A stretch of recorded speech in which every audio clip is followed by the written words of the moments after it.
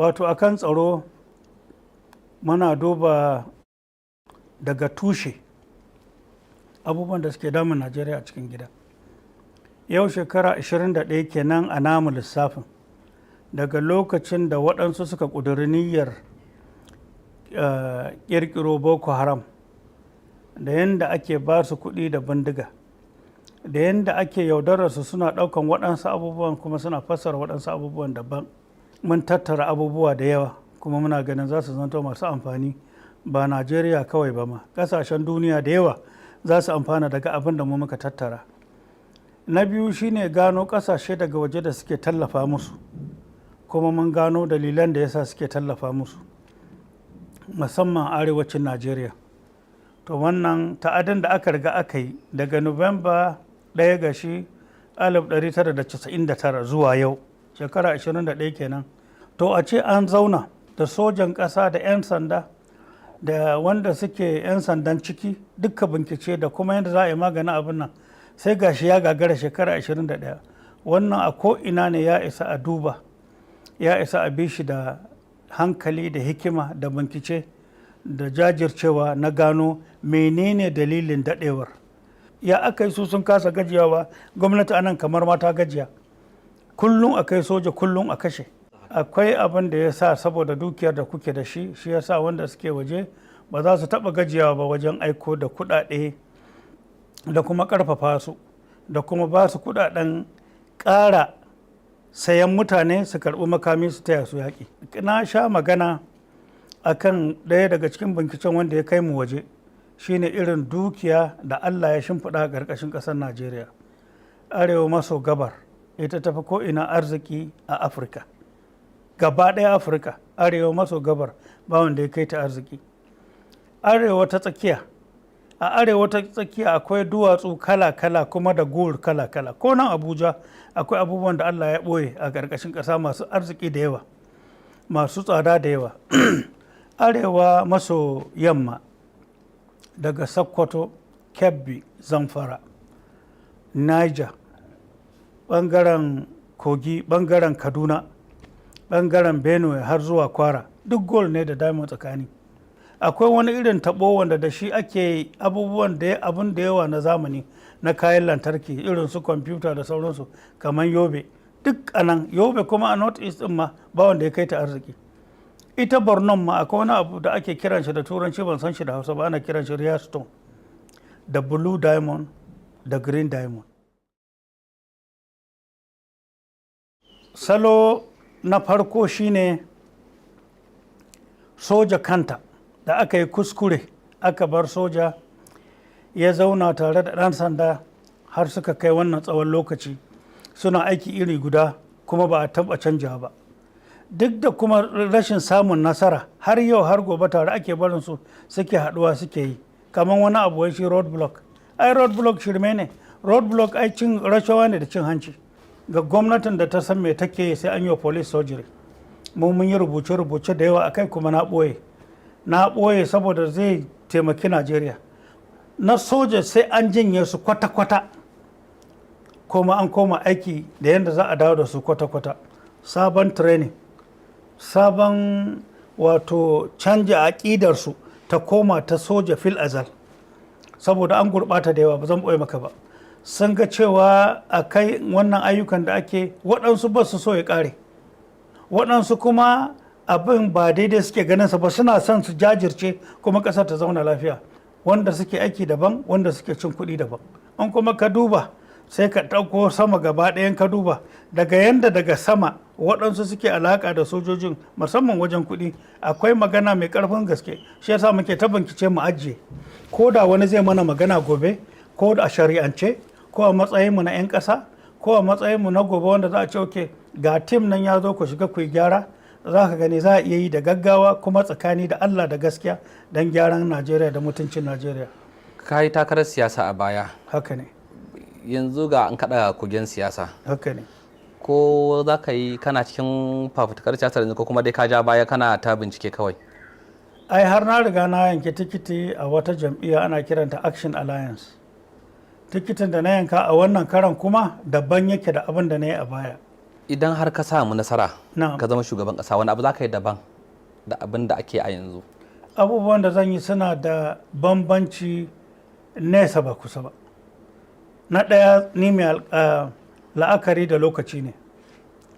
Ni ba na so a ce aikin da zan iya yi a awa ɗaya wani ya zo ya ce saboda ya ƙirƙiro bureaucracy, duk da siyasa ce fa, za a ce a bari sai an yi kaza an yi kaza. Ban yarda da wannan ne. Ko da demokradiyya ne sai ka ce ai ƙasa kaza kaza kaza su ma demokradiyya suke.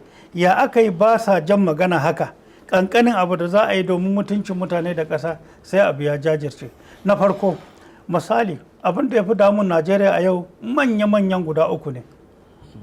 Ɗaya shine tsaron Najeriya, biyu shine tattalin arzikin ƙasar Najeriya, uku shine dawo da martabar ƙasar, dawo kuma da hankalin duk ɗan Najeriya ya san cewa akwai doka da tsari a ƙasarsa, nan ƙasarsa ce kuma haka za ta faru. Ni a nawa shine duk ƙasar da ta ce wa'annan sun fi ƙarfin dokar ƙasa, wa'annan su ne talaka, su ne tabarmar da kowa zai taka, to dama ba a ma shirya komai ba. Da an amince Major Mustapha, watakila wasu matasan ma na yanzu an haife su ne kana kurkuku har sun kawo munzalin da za su iya yin zaɓe. Na'am. Wani irin darasi ka samu a zaman ka na kurkuku a kirkiri? Wato kurkuku ba kirkiri kawai na zauna ba. Kurkuku guda uku aka kai ni a cikin shekara 15. Haka kuma an kai ni yawanci kamar duk jihohin Najeriya na an karaɗa ni da ɗauka na a cikin shekara da 15 na yi tukun. A cikin 15 na yi shekara 5 da wata 2 a ɓoye kuma a cikin azaba. A rufe ido na a kai ni daga wannan jiha zuwa wannan jiha. Su da kansu wanda suke azabtar da ni an gaya musu ne za a kashe ni, shi yasa ni na san azabar da na sha. Allah kaɗai ya kawo ni da raina zuwa yanzu. Banda ba wai kai mu kirkirin ba haka, a'a mu aka sawa sabuwar doka mai ɗimi mai zafi. Wato amroban da ya fi kowanne muni a Najeriya ya fi mu gata. Shi zai iya ganin baki, mu ba mu isa ba. Amma za mu gani 5 za mu gani. 5 ɗin ma da lauya da masu kawo mana abinci. Saura 3 ma sai sun kawo hotuna guda 4 ake kawo da fari. Su suka kai na wurare kala. Wani state ni ban sani ba. Na san dai za a yi ido na a rufe ana tafiya da ni a mota. Ba mai damuwa da ni, akwai an sha tafiya da ni daga ni sai wando sai singlet, ba takalmi ba hula ba komai ba aski, ba za ka gane ni ba. A je a ɗauko kuma ido na a rufe, ban san inda muke ba, za a sa ni wurare da yawa ba fitila. Ni da na san kawo ni wani guri, an sun ga dama su bani abinci, masu duka daban masu mai daban, duk jikina za ka gani yawanci jini haka. Amma na taba tambayar singlet a kulle, na ce ko za ku taimake ni don canja singlet kawai saboda ina sallah. Ka san me an san? Ya za a yi gwamnati ta ɓata kuɗinta ta siya maka singlet, kai da kashe ka za a yi? Ni aka gaya haka. Lokacin da na fito daga prison ba an kama ni 1998 ranar Juma'a 21 October 1998. An sako ni a June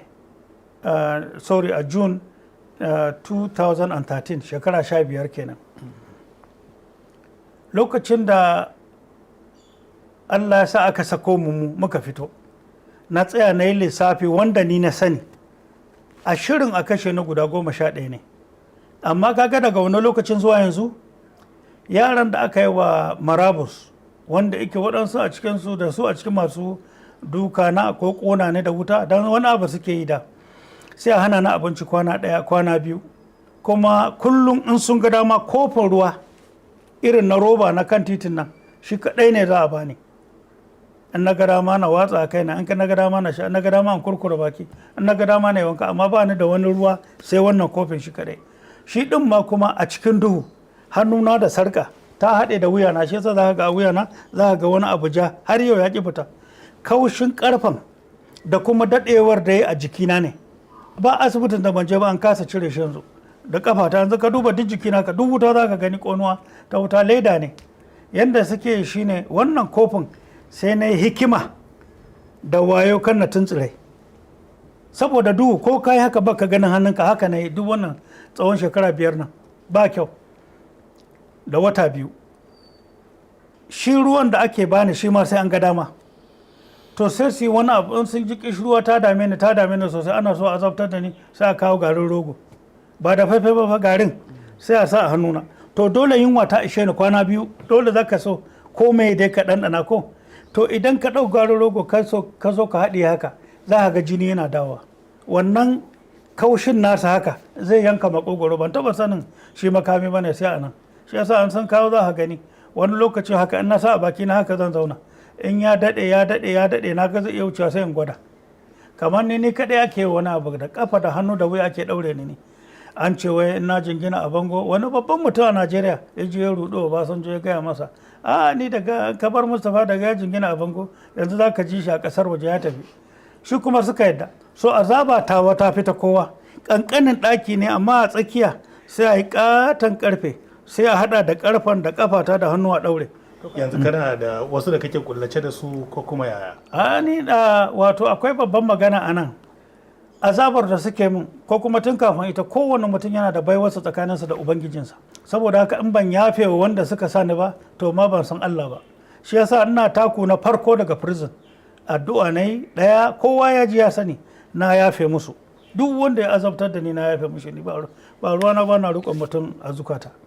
Akwai wani abu da nake so na yi littafi ne kuma ina jin kamar daidai an gama misali na ajiye ne sai nan gama da wata magana da Supreme Court take rubuta wanda yake ya shafe mu dan na so su gama wannan takardar wanda suka azabtar da mu su suke jin tsoron wannan takardar ta fito gane suke zan nemi diyya a kansu shi yasa kaga abin yayi jinkiri.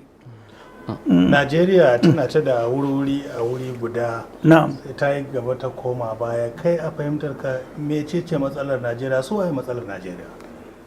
Wato Najeriya nan tsakani da Allah da Annabi waɗansu mutane ne wanda suka fi son kansu akan kowa waɗansu mutane ne wanda zuciyarsu ta bushe waɗansu mutane ne wanda suna ganin duniya ita ce farko ita ce ƙarshe waɗansu mutane ne wanda talaka daidai yake da shara a idonsu waɗansu mutane ne wanda imani ya yi nesa da zukatansu kuma ba su da yawa daga prison wata rana taɓa zama ina tunanin Najeriya daga abin da na gani na sani daga lokacin da na girma musamman lokacin da na zama ofisan soja daga abubuwan da muka gani da waɗansu 'yan tsirare wanda ike in dai abu ba hanyar su suka ce abin nan ya zama kaza ba a yi sai ba sai tuyon da suka ga dama ina ta lissafi a cikin duhu ni na lissafa mutum 56 su ne matsalar Najeriya ba yanda za a yi Najeriya ta yi yanda take so ko 'yan Najeriya su yanda suke so sai wannan 56 sai abin da suka ga dama sai abin da suka yi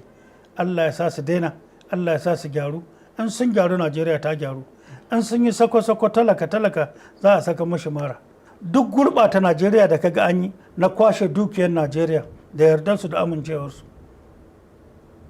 ba ɗan sanda ko soja ko wani SS ko wani jami'an tsaro da zai taka su saboda sun fi gwamnatin arziki in kuma kai shugaban ƙasa ne rago dama baka san ma me kake ba misali sai da yadda suka ga dama suka juya ƙasa.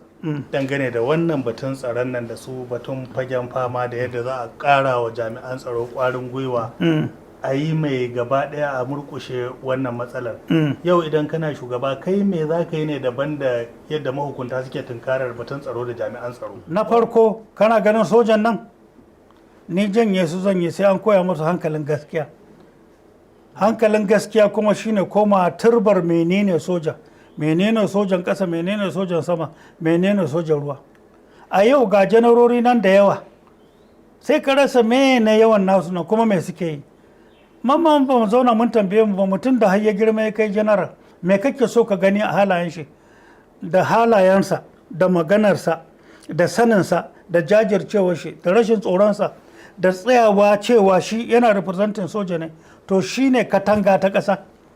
Amma yau za ka ga soja ya tsaya yana ta salutin wannan ranka da ranka ya kamar maroki duk janar da ka ga yana yawan haka ai ya riga aikin soja ya riga ya fita a jikin shi kuma ba kwa san wanda aikin sojin ya fita a cikin su kuna neman zarata ne kalma zarata har ka girma da general shine cewa ko da fitina ta tashi su shugabannin siyasan za su iya cewa muna da zaratan janarori wanda za su iya kare mu za kuma su yin aikin su soja da kansu ai suna dubawa ne wane ne kwamandan mu ai kwamandan nan wane ne, iyakacin shi ya zauna a cikin office air condition ya ji daɗinsa, yara na cikin rana, yara na daji, shi yana nan. Ai ba haka ake son soja ba. Ai sojan gaskiya da amana shine wanda daga soja sun san cewa wane ne kwamandanmu, ƙarfin zukatansu da ƙarfin hankalinsu sun san ko sun yi kuskure za a kare su. Wallahi tallahi a wata 6 in dai ni ne ba ku soja, ni bakon soja ne, kowa ya san abin da za a iya. Makaman da kuke nema kaza kuke nema, watakila zurfin binciken da muka yi bai kai ga yadda su suke tunani ba. Ina satellite ta Najeriya, duk shegantaka ce ake koya yara ƙanana. Ranar da zan yi maganar satellite ta Najeriya za ka ji akwai manyan da suka san inda take. Ai mun binciko, ni na san inda take, ba magana ce ta yanzu ba. Na san dan abin nan da na faɗa haka ma yanzu haka waɗansu in har za su ji wannan abin da nake faɗa za ka ga wallahi za su yi makyarketa mai nauyi.